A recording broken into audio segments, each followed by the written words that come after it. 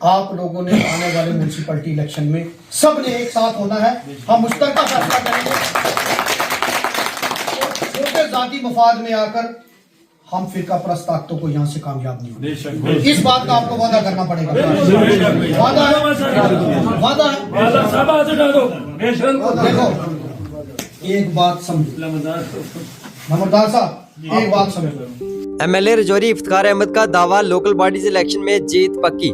दरअसल रजौरी एमएलए इफ्तिखार अहमद ने एक मीटिंग के दौरान अपनी पार्टी की लोकल बॉडीज इलेक्शन में जीत को लेकर पूरा भरोसा दिखाया। उन्होंने कहा कि हमने एक मुश्तरका फैसला लेना है और अपना नुमाइंदा खड़ा करके उसी को जीत दिलवानी है। उन्होंने मजीद कहा कि हमने मिलकर रजौरी को बदला है और आपके सपोर्ट के साथ इसे और बुलंदियों तक ले जाएंगे। इफ्तिखार अहमद ने एजुकेशन, इंफ्रास्ट्रक्चर और पब्लिक वेलफेयर के काम पर जोर दिया और लोगों से अपनी पार्टी के हक में वोट करने की अपील की।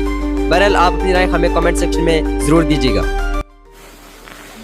आप मेरे पास आते हो, मैं बात सुनता हूँ। मुझे आपने कहा मैं मीटिंग छोड़कर यहाँ आ गया, हालांकि जम्मू की मीटिंग इम्पोर्टेंट मीटिंग थी, मिलने वाला था, लेकिन आप लोगों ने आने वाले म्यूनसिपैलिटी इलेक्शन में सब ने एक साथ होना है। हम मुश्तरका फैसला करेंगे। छोटे जाती मफाद में आकर हम फिरका परस्त ताकतों को यहाँ से कामयाब नहीं होंगे। इस बात का आपको वादा करना पड़ेगा। वादा है, वादा है। देखो एक बात समझो नंबरदार साहब, एक बात समझो। एमपी आपका, हम सबके पीर और मुर्शिद मियां अल्ताफ साहब। एमएलए आपका, एमपी और एमएलए की एक ही लाइन है। अब काउंसलर अगर आप कहीं और का चुन लोगे तो नुकसान होगा ना।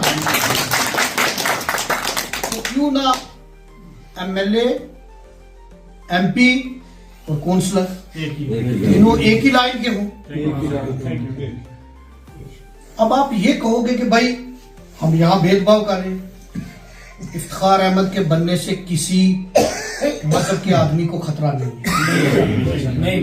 चाहे वो किसी भी मजहब का आदमी हो। ये नंबरदार साहब संजीव जी मेरे साथ बैठे हैं। अगर मैंने सबसे पहला कहीं हैंडपंप दिया तो वो नव दुर्गा मंदिर में दिया, तो ख्वाजा गरीबनाथ मस्जिद में दिया। मेरे लिए दोनों बराबर हैं। मेरे बनने से किसी गुरुद्वारे का जो सेवादार है, किसी मंदिर का पुजारी और किसी मस्जिद का इमाम खतरे में नहीं आएगा, क्योंकि मेरे लिए तीनों बराबर हैं, तीनों। लेकिन जो लोग इससे पहले पावर में रहे उन्होंने देखा कि ये घर किसकी तरफ है। अगर ये घर ऊपर है तो कट हो गया नीचे, और ये यहां नहीं। मैं मुरादपुर गया, वहां भी यही हालत है। मैं डांगरी गया, नरेगा के काम तक नहीं उन्होंने किए।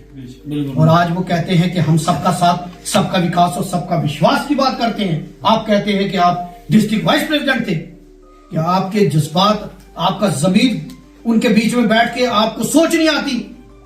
आज मैं यहां बैठा हूं, क्या मेरी तकरीर ये है कि हम किसी जात और किसी मजहब की बात करें? बिल्कुल अवाम की बात, हम अवाम की बात कर रहे हैं। लेकिन वो जब बात करेंगे तो वो देखेंगे कि यहाँ क्या बात करनी है। अगर एक जात के लोग होंगे तो वो वैसी बात करेंगे। इसलिए मैं आपसे ये बात कहूंगा इलेक्शन में भी कि मुझे आप लोगों को इकट्ठा होना पड़ेगा, हमें मुंह तोड़ जवाब देना पड़ेगा। और इकट्ठे आपने जिस तरीके से आपने मुझे एकजुट होकर जताया है, आप अपना यहाँ से काउंसलर भी जताओगे। और मैं आपको यकीन दिलाता हूं कि आपकी हर काम मैं नीचे और ऊपर नहीं करूंगा। अगर नीचे में कोई कमी है वो भी मैं ही करूंगा, क्योंकि वो भी मेरे ही वोटर हैं, वो भी मेरे ही वोटर हैं। इसलिए मैं जब यहां आ रहा था, जब कच्ची रोड स्टार्ट हुई तो सगीर साहब हुआ है, हालांकि अभी किसी ने रोड की बात नहीं की थी। मैंने कहा जनाब ये रोड तो बड़ी बुरी हालत है, ये बनानी पड़ेगी। बिल्कुल बोला था। अपने पीए साहब को बोला ये नोट कर। जब मैं चल के आया तो मैंने तारों की हालत देखी। मैंने पानी का पूछा कि पानी का क्या है। तो मैं आपको यकीन दिलाता हूँ, बाद में करता हूँ। मस्जिद के पास एक हैंडपंप, बेशक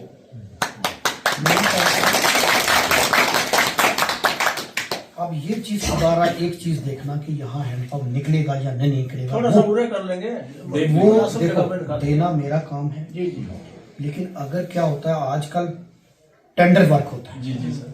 टेंडर में क्या होता है हम ठेकेदार को पैसा दे देते हैं, ना निकले तो पैसा जाया। फिर वो ये नहीं होता कि यहाँ नहीं निकला तो उधर निकाल लो, वो नहीं होता।